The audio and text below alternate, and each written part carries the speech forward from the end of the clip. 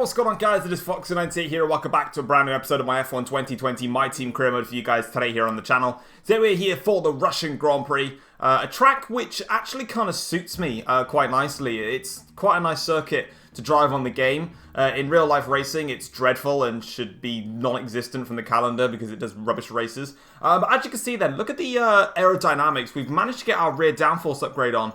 And we've got beautiful aerodynamics now. Chassis again was sort of hovering in the back, but power unit wise, yeah, we have the worst power unit on the grid now. Didn't really realise that when I was, making my upgrades, but yeah, that kind of gives me a little wake-up call that I need to upgrade my power section because it is not as good as I thought it was. But having a look then at the facilities itself and seeing what we could potentially do to improve. I had a little look around to see what I wanted to do.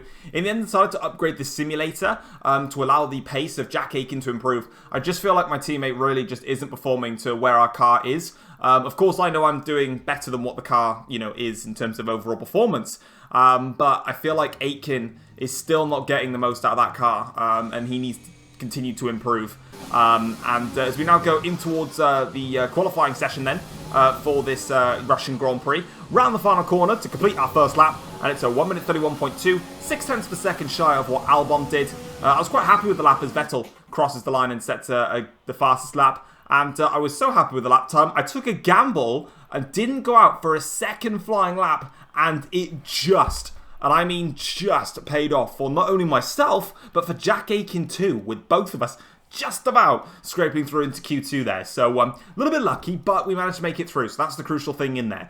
Yeah, we're going to carry things on now into Q2. Obviously myself and Aitken both into Q2. We go now towards the final corner here. Hamilton fastest on a 131.0, and we come across the line with a 131.3 to go 0.2 of a second shy of that. But of course, I wasn't really too bothered about that lap time because there, Vettel with a 130.5, that's what I knew the pace was. And unfortunately, it was not enough to get us through into Q3. I took a gamble again and just decided to do the one run. But in the end, I needed to have done that second run to try and confirm myself into Q3. It didn't work out, but, it is what it is. And we managed to qualify in P12. But of course, we've still got the race ahead.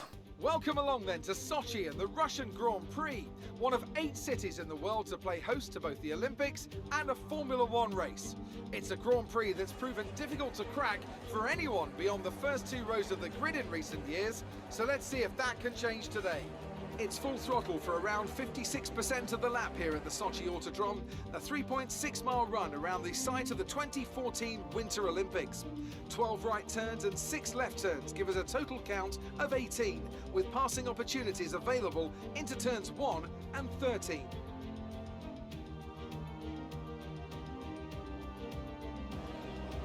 Anthony Davidson also joins me in the commentary box today. I think we should begin by discussing Daniel Kvyat. There's a new gearbox in the back of that car, which means a grid penalty, and hopefully some excitement as they make their way through the field. Fingers crossed that's one failure they won't have to worry about today at least. There's not much of a silver lining to starting down the field with a penalty, but I think they'll be able to make some of that back up over the course of the race. Let's run you through the driver grid order for today's exciting race. Valtteri Bottas lines up on pole position, with Sebastian Vettel starting alongside. Looking down the rest of the grid, we have Leclerc, Hamilton, Max Verstappen, and Perez, Stroll, Ricciardo, Sainz, and Esteban Ocon, Thomas, Norris, Jack Aitken, and Gasly, Giovinazzi, Albon. They've taken a grid penalty. Kimi Raikkonen and Daniel Kvyat, Magnussen, Latifi, Grosjean, and George Russell ends our grid lineup. It's almost time for the lights to go out, so let's head down to the track and get this Grand Prix underway. Yeah, I completely agree with you, Crofty. Let's get this race underway. So here we go then for the start of the Russian Grand Prix. It's going to be a very easy one-stop strategy, soft to mediums. It's always been an easy one-stopper at Russia ever since it came onto the calendar. I had a little look to see if medium to soft would be a faster race strategy overall in terms of just race pace. Looking at it, the best that we could do is pit on lap 16. But as you can see, it was only a 1/10 of a second difference. But I just decided, you know what? I was debating really, really hard. I felt like I had the pace to qualify in the top 10. So putting that into perspective, I decided to just stick with the soft tyres to start the Grand Prix off. But we are going to start in P11 thanks to a grid penalty elsewhere then. So let's get this race underway then. We've got 5 red lights for the Russian Grand Prix. And it's lights out. And here we go here. And it's an awesome start yet again. Just like we had in the Hungarian Grand Prix. And you could say in Singapore for that matter. It's a beautiful start to get past Sainz, Ricciardo and Ocon. Now we go onto the straight here versus the 2 racing points who are going side by side. We'll try and dive it down the inside of the 2 racing points into the first corner here, or technically turn 2 you could actually say, and we get past Lance Stroll in there. We don't get past Sergio Perez, but that's not the end of the world because we could try and get past Sergio Perez a little bit later on. Stroll now trying to come back at us as we go in towards turn 4, but it doesn't work out as Bottas leads the way ahead of Charles Leclerc with Sebastian Vettel in P3, Hamilton P4, but Stroll now trying to come back at us for P7 in this Grand Prix. We'll defend that one quite easily there. Verstappen P5, Perez P6, we're in 7th, Stroll 8th, Ricciardo 9th, Ocon down in 10th. We try to go around the outside here of Sergio Perez. He leaves the door open there, but we can't find the way through on the Racing Point driver. And we corner cut that one, which was whoopsie, but it's fine. We now go in towards the end of the middle sector and clouting that curb a little bit heavily there, but we are just close enough to Sergio Perez to mount an attack here without him having the full advantage of taking on Verstappen. And as you can see now, going through in towards the hairpin here, we go deep towards the outside line. That covers ourselves in towards the inside line for the actual corner itself, nailing the apex, nailing the overtake, and that's us now up into 6th place in this Russian Grand Prix, and 5 places gained off the start. If there's one thing that I really am nailing on this year's game, it's getting the starts absolutely spot on, and we do it just there to maintain 6th place as we come across the line now to complete the end of the first lap. Bottas leading the way while we are now into P6 in this Grand Prix. Let's see what we can do about the front runners. Lap 2 to start lap 3 of the Grand Prix, gap to myself and Perez, 1.2 seconds, and now we're only half a second behind Verstappen, but look at this. Leclerc is now ahead of Vettel, Hamilton, Verstappen and me. There's a little bit of a train going on here, and I had one thought process in mind whilst doing this race. If I can replicate what I did in Monza and stick in the Slipstream train and the DRS, obviously, of these guys, not only would I be able to potentially put pressure on later in the line and the Grand Prix, but also I could pull away from the drivers behind me because they might actually have more pace than me. But if I'm stuck in the Slipstream DRS train, that's completely fine. Lap 4 here, and again, it's just Slipstream training. And as you can see, Perez and Stroll behind are now 2.5 seconds back. And it's clear to see that we are now pulling away. And all I'm doing is just using my battery, using my fuel on the straights. Here, lap 5 to start lap 6. Once again, we're back in our train again. Choo-choo as we now crack on with a little bit of DRS here to open it up now. And you can see, look, gap now 3.1 seconds between myself and the Racing Point cars. So that's clearly working out a treat there. But what's also clearly not working out is Ferrari and their strategy, because Leclerc is in front of Vettel, but it's clear that Vettel has got the pace over Leclerc, and you can see now that we're getting much, much closer to the back of Verstappen, and again, that Slipstream train coming full into effect here as we now blast onto the straight. And I wasn't looking to fight these guys at this stage in the Grand Prix. My ambition throughout the entirety of this is to just literally stick in the train, a bit of a lock-up then from Verstappen, but we're not close enough to utilise anything from that. My problem was, is if I was too busy fighting any one of these 4 cars, I might just slip out of this train of Slipstream and DRS from the guys in front. So I wanted to, a little bit of a bump there on Verstappen, luckily, as we get a huge tank slapper on the exit, just a bit too trigger happy with the throttle and the ERS deployment at the same time. Now just 0.2 of a second back, crucially though, 4 seconds clear of Sergio Perez as Leclerc now is under pressure. Vettel is going to go towards the inside line here, and the outside does Vettel, but Vettel holds it in there. Now as they go towards turn 3 here, Sebastian is going to get the move done on Charles Leclerc, and the German is up into 2nd place now in this Grand Prix, and he can now blast off into the distance and potentially put a challenge on Bottas as we get that corner completely wrong and take the bollard with us for a little bit of a journey before it disappears magically because I'm a wizard. Now as we go on to lap 10 to start lap 11, it's time for our pit stops, and again, I'm just going to follow these guys. I'm not that bothered, you know. We're utilising everything at our disposal, and weirdly enough, despite having the worst power unit on the grid, it really didn't feel like I actually had the worst power unit on the grid. It just felt kind of normal to me, but crucially, Verstappen there is being held in the pits by all of the other cars coming in at the same time. The Racing Point to the Renault. So if we can get a good stop here, my Korean lads, we might just be able to jump him. And do you know what? That's exactly what we've done. That is a beautiful bit of play there for these guys as we now press onwards here. Vettel is coming out in front of Lewis Hamilton, and also Verstappen is now behind us. And this is very, very difficult actually to commentate this race because I'm also, with my headphones on, listening to Chelsea versus Manchester United in the FA Cup semi-final. This is when you're watching this video, by the way.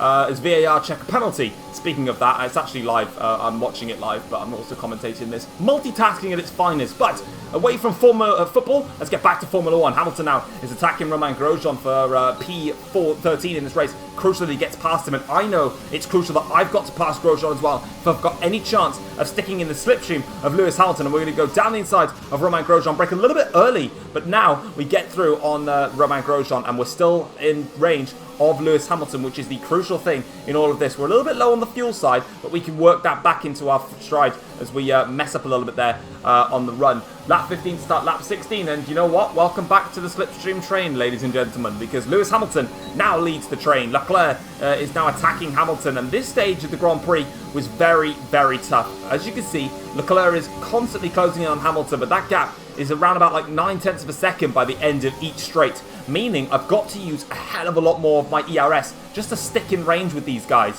which just goes to show the sheer pace that these guys have got. Yes, I can stick in the Slipstream and DRS, but when it comes to this middle stint, when they're really pushing that much harder, look at my ERS on lap 19, it's only 13%. I am seriously draining this battery to the living daylights just to stick with them as long as I can. But what's crucial is the fight between myself and the Racing Points is done and dusted. Lap 22 and lap 27, and the gap is 10.1 seconds. So the plan of sticking in the Slipstream and DRS train has worked to a treat because we're no longer under threat from the Racing Points. We did everything we could to stick with these guys, and now we're literally just doing all we can. As Leclerc now is going to go for it here on Lewis Hamilton now. As he goes towards the outside line, he's through against Lewis Hamilton. Up into third place now goes Charles Leclerc. Hamilton drops into P4, and with Hamilton leading that Slipstream DRS train, I wonder if I've got the pace maybe to attack Hamilton. Has he got some sort of a problem in this stage of the race? Unfortunately, he didn't have a problem. But on to the final lap of the Grand Prix then. This was the lap then when I eventually lost the DRS from Lewis Hamilton behind. I was really struggling in the end to keep everything intact,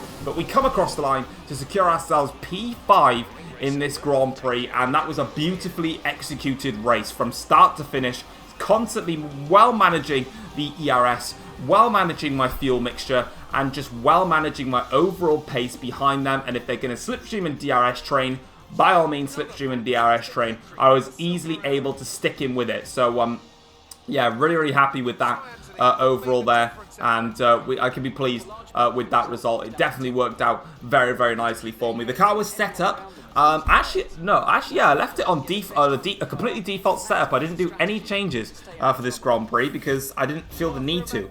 And this kind of, well, proved my point. I didn't have to make any setup changes to try and utilize my pace. I just had great race pace. I knew that my pace was stronger than what it was because in qualifying, I didn't do that second run in Q3 there. And for me, though, it was a great, great race. Bottas there took the race win. He was unchallenged, really. I think the Ferraris were probably a little bit quicker than Mercedes this weekend.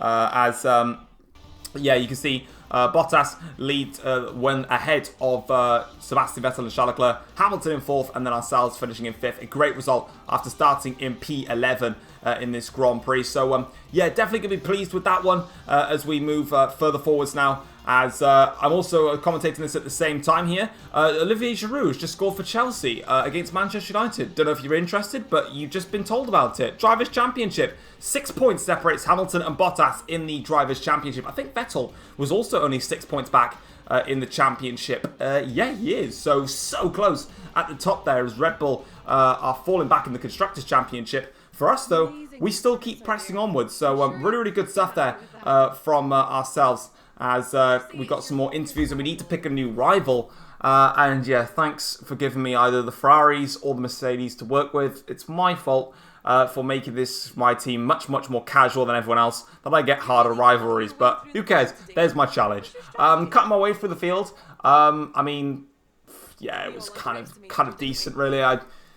Really, the power unit that really worked well for me today, even though it wasn't, at its best. I was just able to have just enough speed to keep up with them in Slipstream and DRS, which was beautiful. And then in terms of Mercedes-Benz, yeah, I decided to praise them because, we're part of the Mercedes family, so I'd rather not have to engage in another war. I've got enough on my plate as it is. As we now, as you can see, Team Acclaim is now level 13, which is awesome. We're level 10 in the driver. Jack Aiken there is level 8. In terms of our cash, we didn't qualify in the top 10, which was a bit of a pain, but we did get the other 2 points in there, which is brilliant. And 100k cash, no damage deductions, so it kind of balances itself out. We're back to 3.19 million, which is absolutely beautiful. And yeah, so as you can see then, moving on into the team headquarters now, for the end of this episode, we can then finally go ahead and purchase whatever we need to purchase and crack on with it. So, yeah, let's get straight down to business and get what we need to get onto the car. In fact, I think this might be the race where I have to change my sponsors. I can't remember fully, but I'll let you know when we actually get there, because it takes a while to load ourselves in as we now press onwards towards the Japanese Grand Prix. Yeah, so we've now got every single one of our sponsors needs to be renewed, or we go ahead and get new ones. And I decided to go ahead and get some new ones. So, first things first, AF, I decided actually to keep the AF sponsor. We got P10, qualified P10 or better. It's a great goal that I really like to challenge myself for, to get into Q3 on every occasion. So I decided to keep that one onto the car. Next sponsor that I wanted to try and get onto the car was, again, more that can just give me a little bit of a challenge. So beat your rival during a race, trying to beat Charles Leclerc every race? No. That was not going to happen. So just taking a look at some of these, outqualify a rival again, really, really hard. Just don't think, I've just not got enough to do it. So I needed to check on that one. Achieve a top 4 finish during the race? Yeah, but nah, at the same time.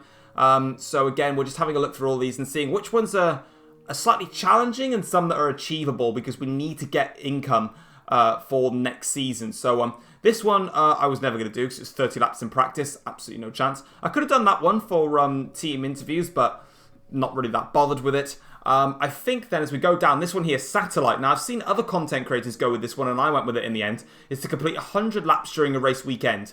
Just means I've got to do a bit more laps in practice, and then obviously hope that we both finish the races. And then the last one I went with was Sudo, which was to achieve fast lap in any session.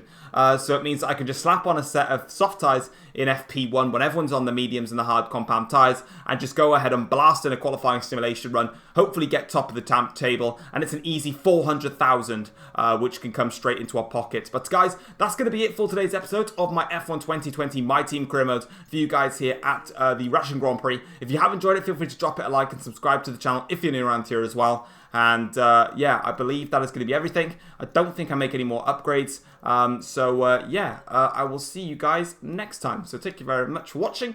Take care all, and peace.